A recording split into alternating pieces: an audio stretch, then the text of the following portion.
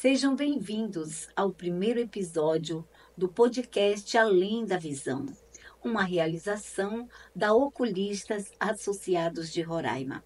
Além da Visão, um olhar global sobre a oftalmologia, com a ideia de levar diversos conhecimentos sobre o olho e a visão, alertando a população para os mitos e verdades. E o mais importante é que todas as informações prestadas serão dadas por médicos oftalmologistas, especialistas e subespecialistas nas diversas áreas, como catarata, retina, glaucoma, plástica ocular, oftalmopediatria, neurooftalmologia, entre tantas outras. E para a estreia deste episódio, eu estou trazendo aqui nada mais, nada menos do que uma pessoa muito querida nossa, uma cria da Oculistas Associados de Roraima, o oftalmologista Messias Souza. Messias foi formado na Universidade Federal de Roraima, para nosso orgulho, e fez a residência na Fundação Altino Ventura e tem título de especialista pelo Conselho Brasileiro de Oftalmologista. Seja bem-vindo, Messias. A palavra é sua. Muito obrigado. Quero agradecer imensamente esse convite e a honra de ser o primeiro convidado, né, para esse episódio de lançamento do seu podcast. E nós vamos aqui estar conversando com ele sobre vários assuntos que as pessoas nos perguntam, pessoas assim que não têm o conhecimento científico, mas que gostam de fazer prevenção à cegueira. E com a chegada das festas juninas, a gente sabe que nós recebemos muitos acidentes, né, por causa da queima de fogos. Nós gostaríamos, doutor Messias, que o senhor pudesse falar ao nosso público com relação aos fogos para a preservação da visão. Primeiro ponto é que a gente tem que pensar que, em pleno século XXI, com toda a tecnologia, a soltura dos fogos hoje em dia já está ficando até obsoleta, né? Pensando-se nos animais. Mas algumas pessoas insistem ainda em soltar. Pensando nisso, você tem que tomar alguns cuidados. Alguns deles são evitar soltar, nunca soltar em locais fechados. Também nunca você soltar próximo ao olho, próximo à face, longe e afastado do corpo. Evitar com que os restos dos fogos eles entrem em contato com os olhos.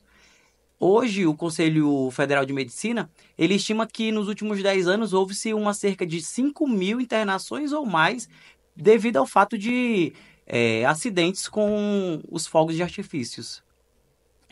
Doutor Messias, uma outra coisa bem importante quando se fala em prevenção da cegueira é o uso inadequado dos colírios.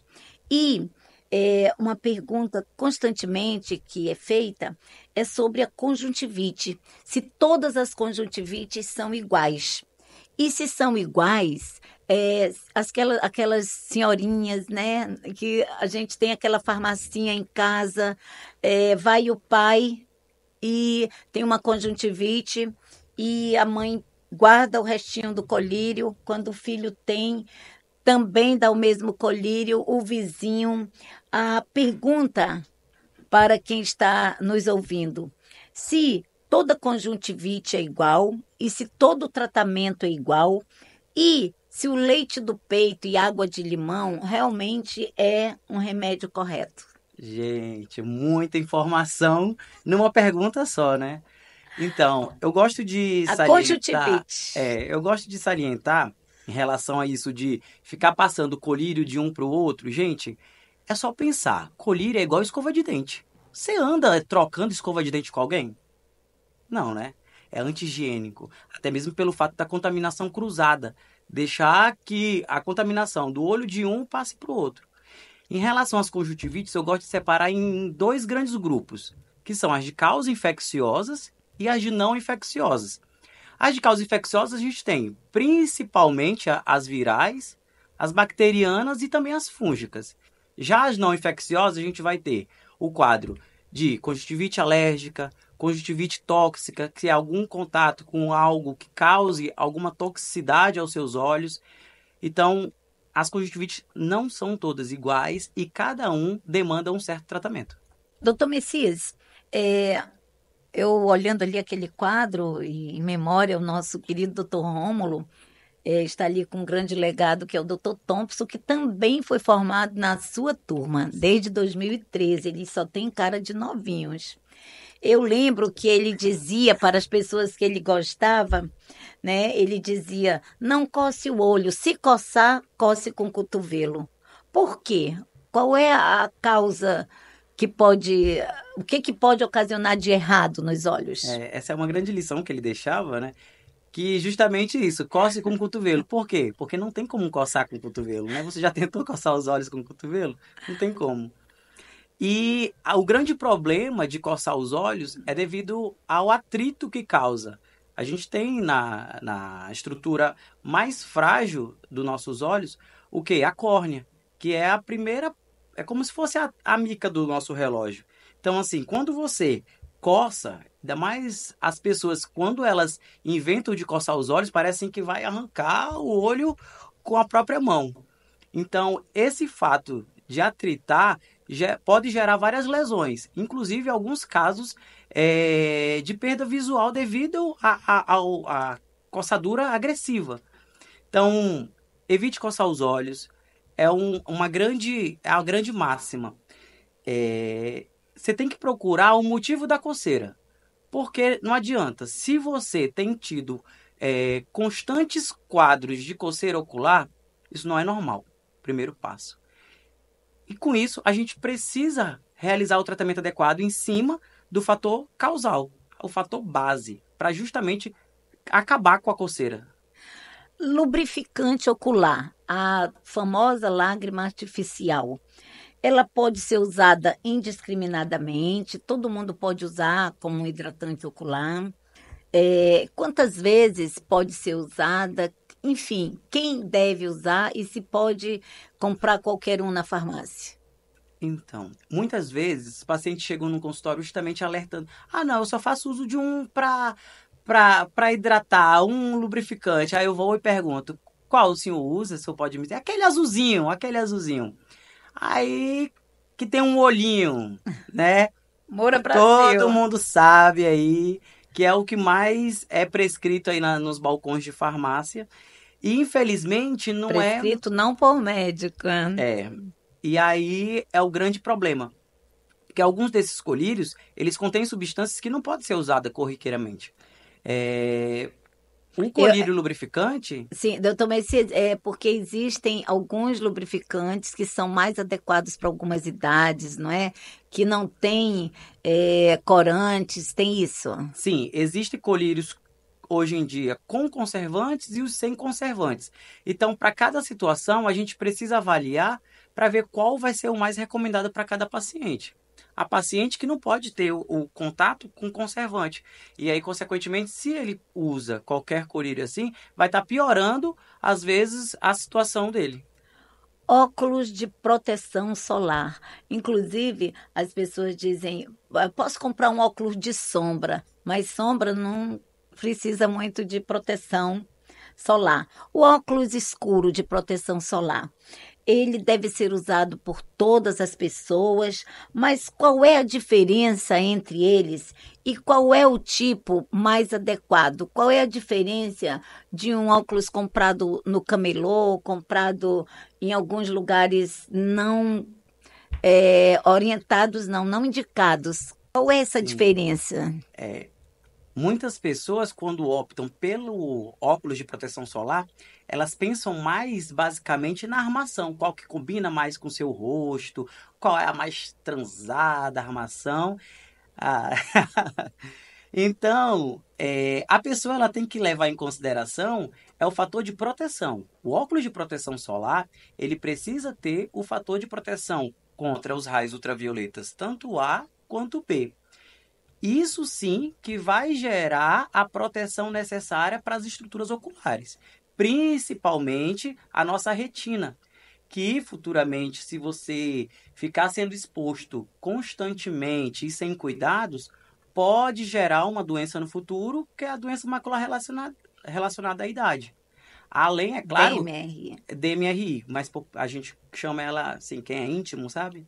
De DMRI. E também algumas doenças externas, como o famoso pterígio, né? A gente chama de pterígio, mas a população conhece basicamente É, como carnosidade, carne carne crescida. crescida. Inclusive aqui no estado, doutor Messias, há uma incidência muito grande de carne crescida, o famoso pterígio. Por quê? Isso. Justamente a gente está na linha do Equador, né? Então, a questão solar, a incidência solar aqui, ela é muito forte. Então, e os principais fatores de crescimento para isso são sol e poeira. Ou seja, a pessoa exposta a isso constantemente gera uma hiperproliferação do tecido e, consequentemente, a carnosidade começa a invadir a córnea. E aí vai ter que operar, viu? Uma outra coisa, doutor Messias, que as pessoas perguntam muito: exame oftalmológico deve ser feito a partir de que idade? E também a pessoa opera às vezes de carne crescida, ela opera de catarata, e aí ela nunca mais faz o exame oftalmológico.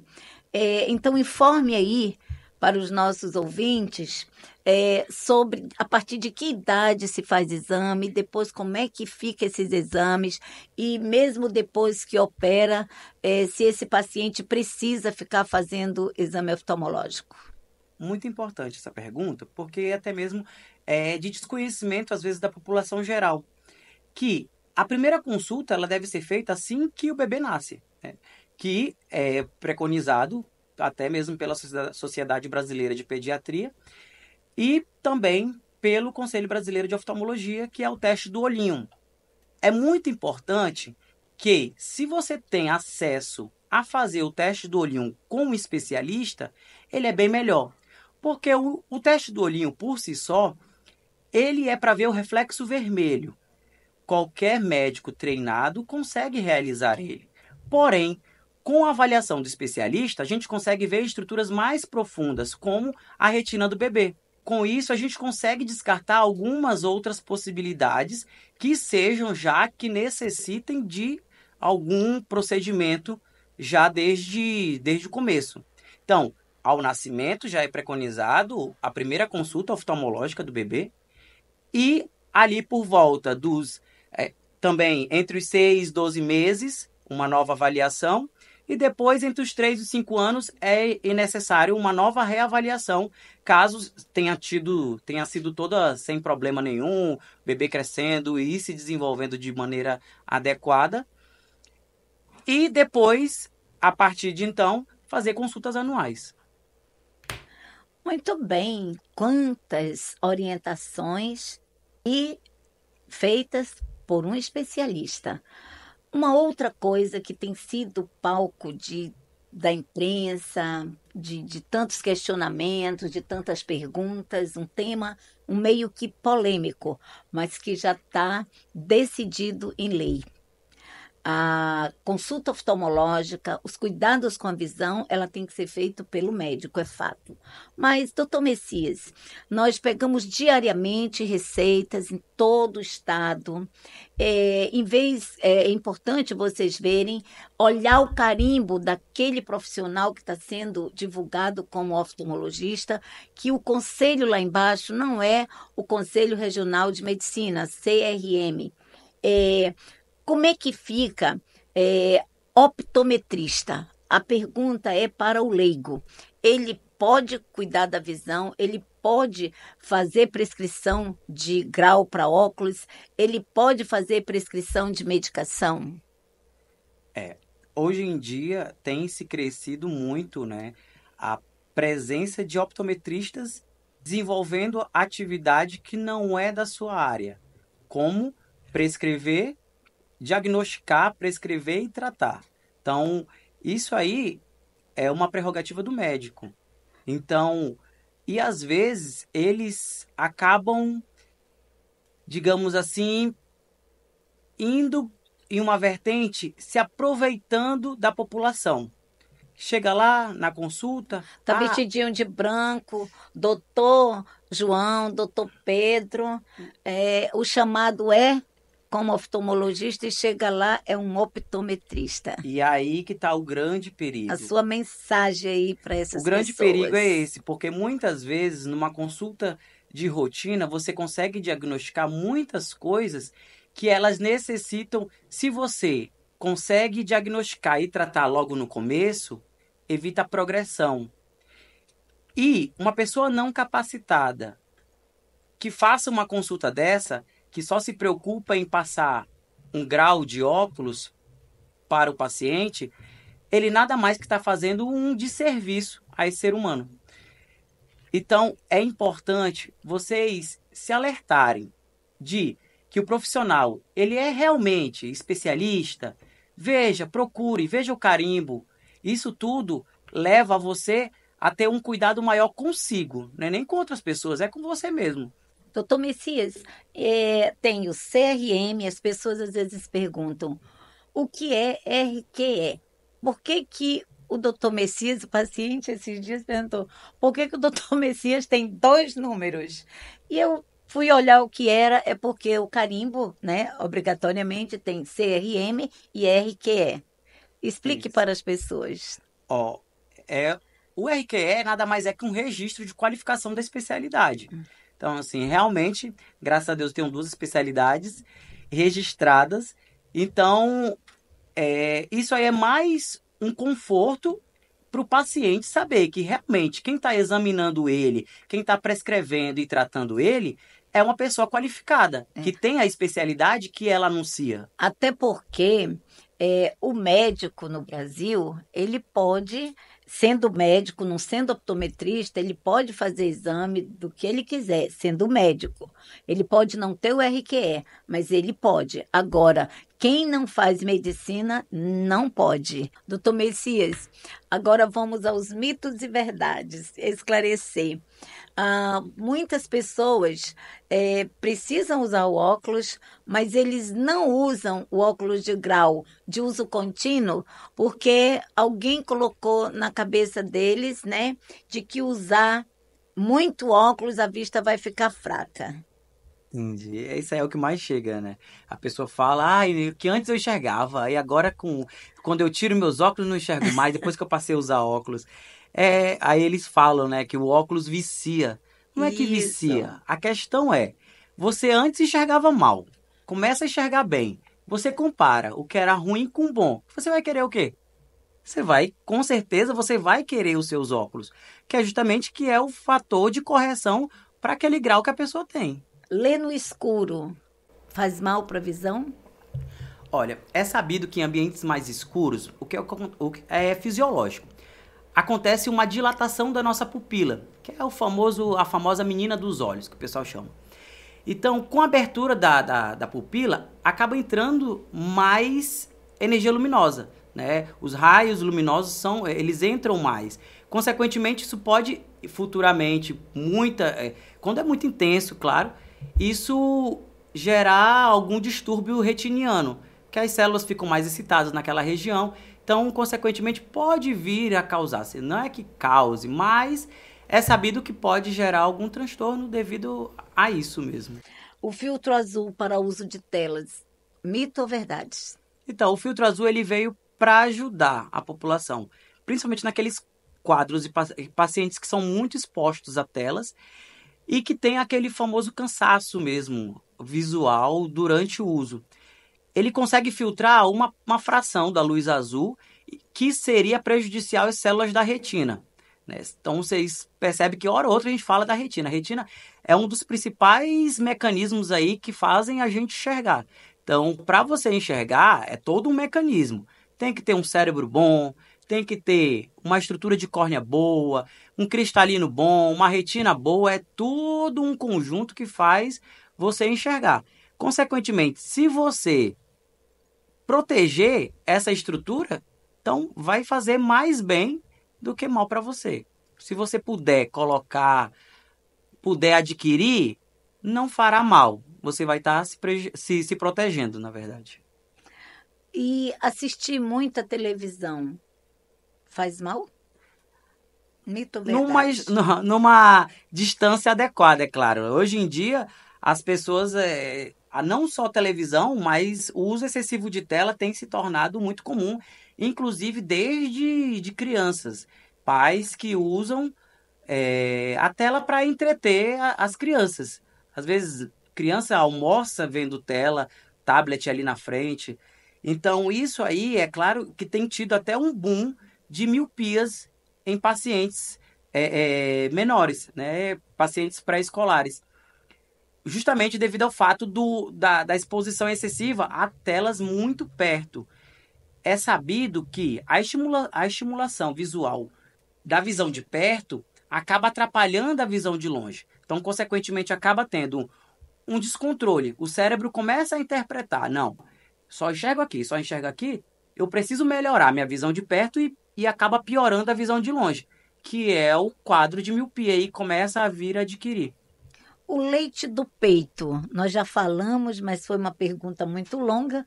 O leite do peito serve para tratar olho de criança ou de adulto? De ninguém, gente. Não coloquem leite do peito nos olhos, pelo amor de Deus. É uma crendice popular muito bem difundida, mas que a gente possa vir a quebrar isso. Porque até mesmo o leite do peito ele pode vir a ser um meio de cultura, que é um meio em que vai estar propício ali à proliferação de vários micro-organismos, Que bactérias, interessante. fungos. E aí você colocar nos seus olhos, então não coloque nada que não seja prescrito pelo seu médico oftalmologista.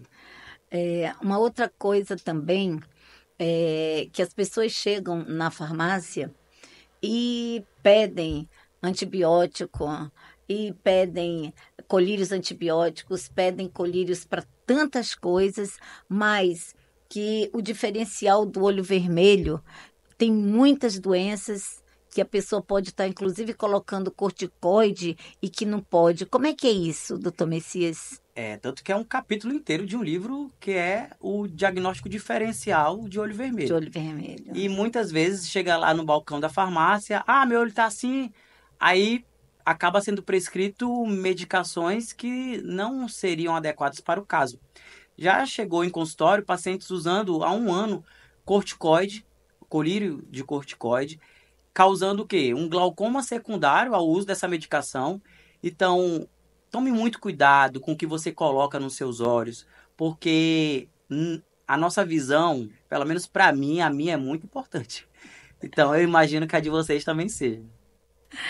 Gente, lógico, isso aqui vai ser um tema exclusivo, me aguardem, sobre lente de contato, mas eu vou já deixar aqui um preâmbulo que lente de contato pode ser usado indiscriminadamente ou lente de contato é um ato médico, né, doutor Sim, Messias? lente de contato é tanto que aqui no nosso estado a gente consegue ter com que as óticas elas não vendam, porque lente de contato é um ato médico, a gente precisa fazer a adaptação do paciente.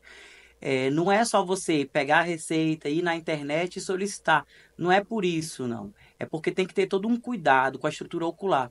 Uma infecção por um usuário de lente de contato é uma das piores coisas que podem acontecer. E é o que a gente evita, justamente isso. Então, lente de contato, não use indiscriminadamente. Nunca quem é usuário de lente de contato, se nunca foi orientado, que eu agora estou orientando, nunca durma com a sua lente de contato, nunca tome banho de água de rio, mar ou piscina com a sua lente de contato, porque isso tudo aumenta o risco de infecção. É, inclusive, gente, tem muitas pessoas que chegam no consultório, né, e querem que o médico faça o cálculo da lente e também pedem que o médico coloque o tamanho do olho, que é o exame da ceratometria. Realmente, os médicos que são todos certinhos, eles não dão, porque como é um ato médico, a responsabilidade técnica é desse médico que adapta. Sim. né? Inclusive, já cheguei até a devolver dinheiro de paciente que chegou lá e falou: ah, não, mas eu queria para lente de contato. Eu falei: senhor, não posso prescrever da Eu lente de vou pedir contato. pela internet, é um perigo, É. né? E aí eu não ia assinar embaixo uma coisa dessa, né? Então fica a dica aí que lente de contato comprado pela internet, comprado em camelô, comprado em qualquer lugar, ela não tem o médico assinando a responsabilidade técnica. A Oculistas Associados de Roraima, através desse podcast, orientando sobre prevenção à cegueira e reabilitação visual. Doutor Messias, eu agora deixo, né, a palavra com o senhor, novamente, porque aqui nesse podcast o oftalmologista é que dá a dica, para que o senhor faça suas considerações finais, orientando mais algum assunto aqui que não foi abordado, à vontade. Então, a principal orientação é fazer consultas regulares. É necessário, caso você, mas eu não tenho nenhum problema visual, mas é recomendado que pelo menos uma vez ao ano você vá a uma consulta.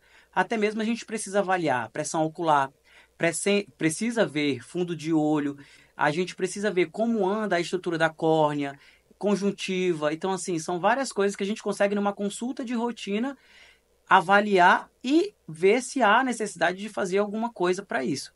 Além disso, pessoas que têm doenças de base, como hipertensão, diabetes, é muito necessário que se tenha consulta de rotina, pelo menos uma vez ao ano, para avaliar o fundo de olho, que é para evitar retinopatia nesses casos. Caso você já tenha retinopatia, e aí a gente avalia num intervalo menor, pelo menos 2 vezes ao ano. Pacientes portadores de glaucoma, é necessário que tenham avaliações seriadas de pelo menos a cada 3, 4 meses, é o recomendado, que é justamente para avaliar se está tendo o controle da pressão ocular, que é o principal fator que a gente busca, é o controle da pressão ocular, para evitar a progressão da doença. Muitas coisas que mulheres, justamente as mulheres que amam maquiagem, e algumas compram maquiagens que são Duvidosas. ditas de origem duvidosa, evitar, porque até mesmo ela fica em contato bem próximo à conjuntiva. As mulheres Cílios, que a amam colocar córnea, aqueles cílios postiços, a a córnea. gente evita, porque até mesmo não consegue se realizar uma higienização adequada. Muitas pacientes chegam no consultório, quando eu vou olhar, examinar na lâmpada de fenda, Jesus amado, é muito. Assim, tem muito acúmulo de debris celulares ali, que são aquelas sujeirinhas, famosas caspinhas ali, que se acumulam de uma maneira e que aquilo ali gera uma inflamação, que é a blefarite, pode causar desregulação no filme lacrimal e, consequentemente, pode gerar até, durante o ato da colocação dos cílios, pode até gerar uma ceratite, que seria microarranhões na córnea, que pode ser uma porta de entrada para uma infecção futura, que é uma úlcera de córnea. Então, assim, são várias coisas que as pessoas elas têm que sempre ter cuidado ao realizar procedimentos na área ocular. Chegamos ao final deste primeiro episódio com a presença do querido Messias e teremos o segundo episódio e vai estar aqui com vocês uma subespecialista em neurooftalmologia. Doutor Messias, o senhor, passo aqui a palavra novamente para que o senhor deixe as suas considerações e alguma dica mais, se achar conveniente. Quero agradecer e também parabenizar pela iniciativa da criação desse podcast, que vai ser de grande importância para a população em geral, sobre vários assuntos que muitas vezes eles têm dificuldade e até mesmo pessoas que porventura ainda não tiveram acesso à primeira consulta oftalmológica, porque às vezes muitas pessoas chegam com 40 anos e antes nunca tinham sido avaliadas por um oftalmologista. Contem com a gente. Assistam os próximos episódios. Tchau!